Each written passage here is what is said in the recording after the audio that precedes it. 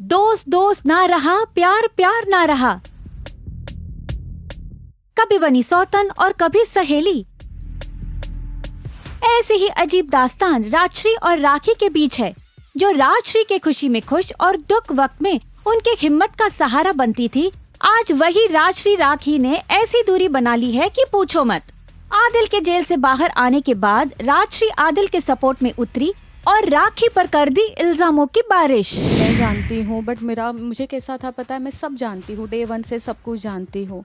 मुझे ऐसा था कि राखी जैसे दूसरों के साथ होती है, जैसे दूसरों के साथ वो व्यवहार करती है, रिएक्ट करती है, लोगों को यूज़ करती है और न जाने क्या क्या करती है, मैं अब इस टाइम नहीं बताना चाहूँगी।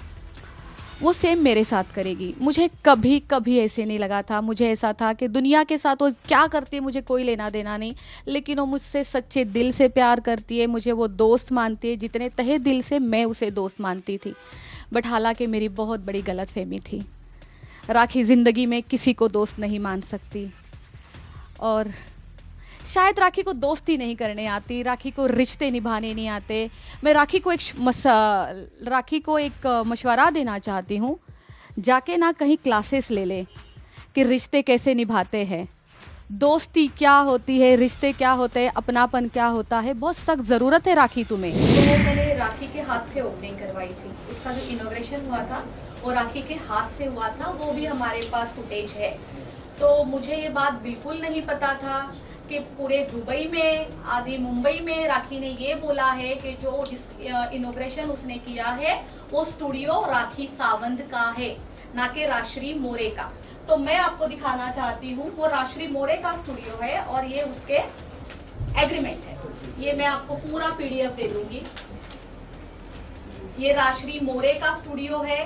किसी भी तरीके से राखी मुझे कोई फाइनेंशियली हेल्प नहीं करती है। जो मेरा 12 साल पुराना स्टूडियो है, राखी ने उसके बारे में बोला है कि वो स्टूडियो उसका है, उसमें वो मुझे फाइनेंस करती है।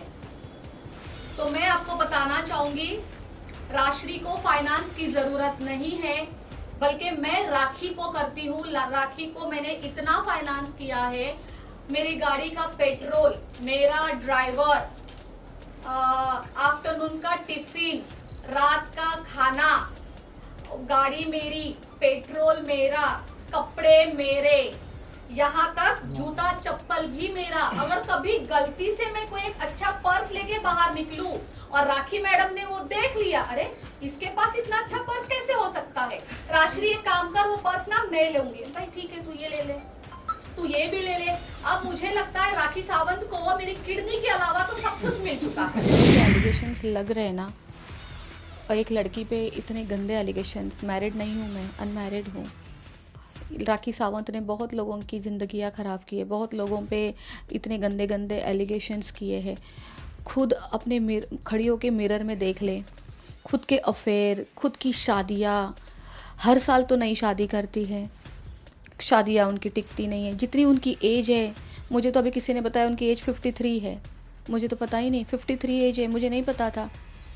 मुझे नहीं फ़र्क पड़ता है वो कितने एज की है, पर जितने एज की है उतनी तो तुम शादी भी करोगी, 53 आप शादी भी करोगी। हमारा ऐसा नहीं है। तो ये जो इल्ज़ाम लग रहे हैं, ये बहुत रुकावट है आगे ज़िंदगी में बढ़ने के लिए, बहुत से रुकावट है। मैं इस लड़की को बर्बाद करके छोड़ूंगी, मैं इसको मेंटली वार करूंगी, मैं इसको घर में बिठाऊंगी, मैं इसको डिप्रेशन में डालूंगी।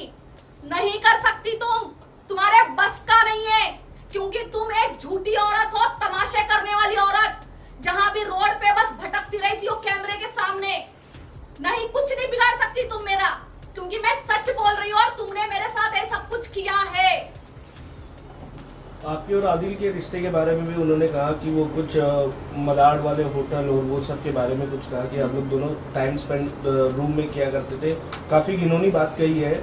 एलिगेशन ये लगाया गया है कि आप उनके पति छीन रहे हो। और शर्लिन को भी आपने कॉल करके अपडेट लेती थी आदिल वो से। बाद में पूछते ना। अरे नीचे करो यार। मैं उसी मुद्दे पे तो बोल रही हूँ कि राखी सावंत वल्गर शो चला रही है।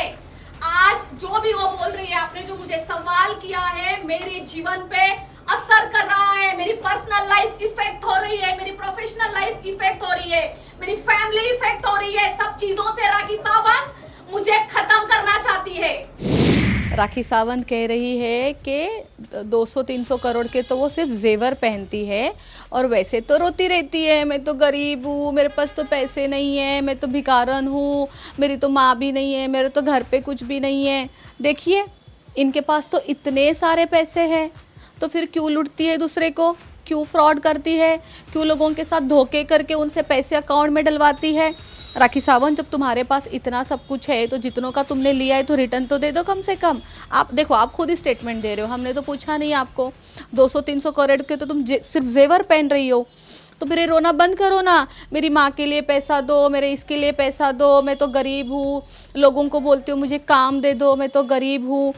तुम्हारे पास ड्राइवर नहीं होता है क्योंकि तुम गरीब हो, तुम्हारे पास गाड़ी नहीं है क्योंकि तुम गरीब हो। बीच में कहती मेरे पास पैसे आएंगे, मीडिया के पास जाके कहती मेरे पास पैसे आएंगे तो मैं एक गाड़ी खरीद लूँगी। अब देखो आप खुद ही बोल रही हो कि तुम्हारे पास 200-300 करोड़ के तो जेवर है। मुझे लगता है राखी सावंत की जांच होनी चाहिए, ये राखी सावंत ने खुद ने बोला है। आपका क्या कहना है राजश्री के इन एलिगेशंस को लेकर? बताइए हमें कमेंट बॉक्स में। And also do follow, like and subscribe to tele masala on Facebook, Instagram and YouTube.